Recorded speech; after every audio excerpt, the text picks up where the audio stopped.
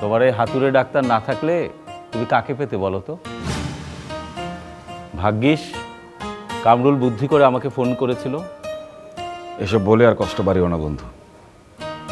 সবাই খুব আশা করেছিল, আমি হঠাৎ করে অসুস্থ হয়ে সবার আশায় জল ঢেলে দিলাম।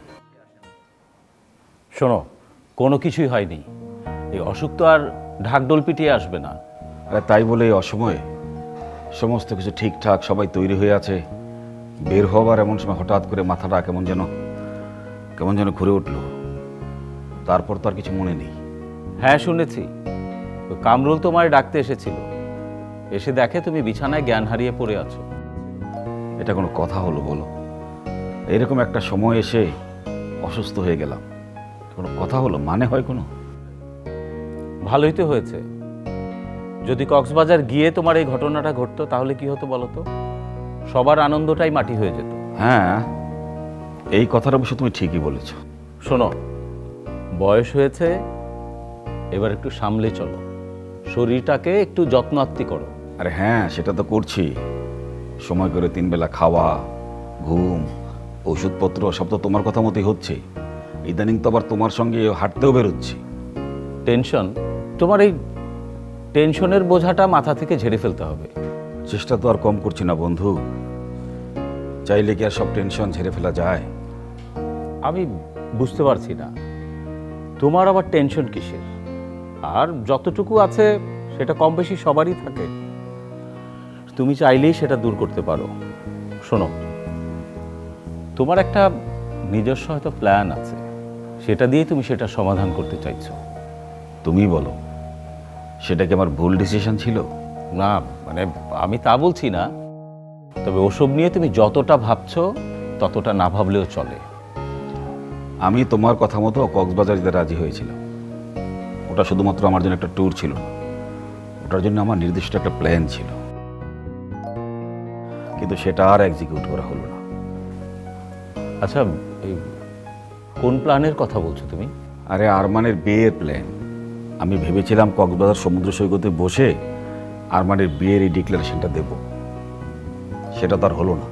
তাতে কি, তুমি ওখানে যেটি ঘোষণা করতে সেটি এখানে ঘোষণা করো, এটা তো কোনো বাধা হতে পারে না।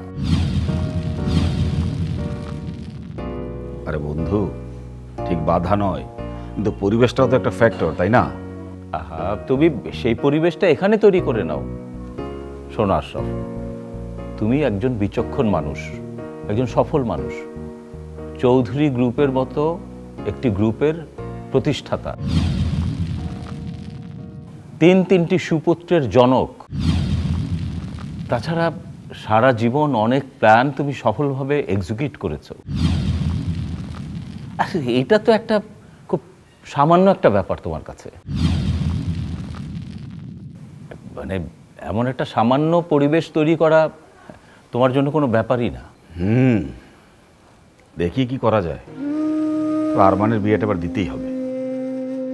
শোনো বন্ধু, যাই করো, আগে প্রপারলি সুস্থ হও, তারপরে চিন্তা ভাবনা করে সেই কাজটি করো। যখন মনে করবে শরীর আর মনের দিক থেকে তুমি সুস্থ, তখনই সেই প্ল্যানটি শেয়ার করো, তার আগে নয়। আচ্ছা ঠিক আছে, দেখি। আমি তাহলে উঠি, একটু চেম্বারে যাব।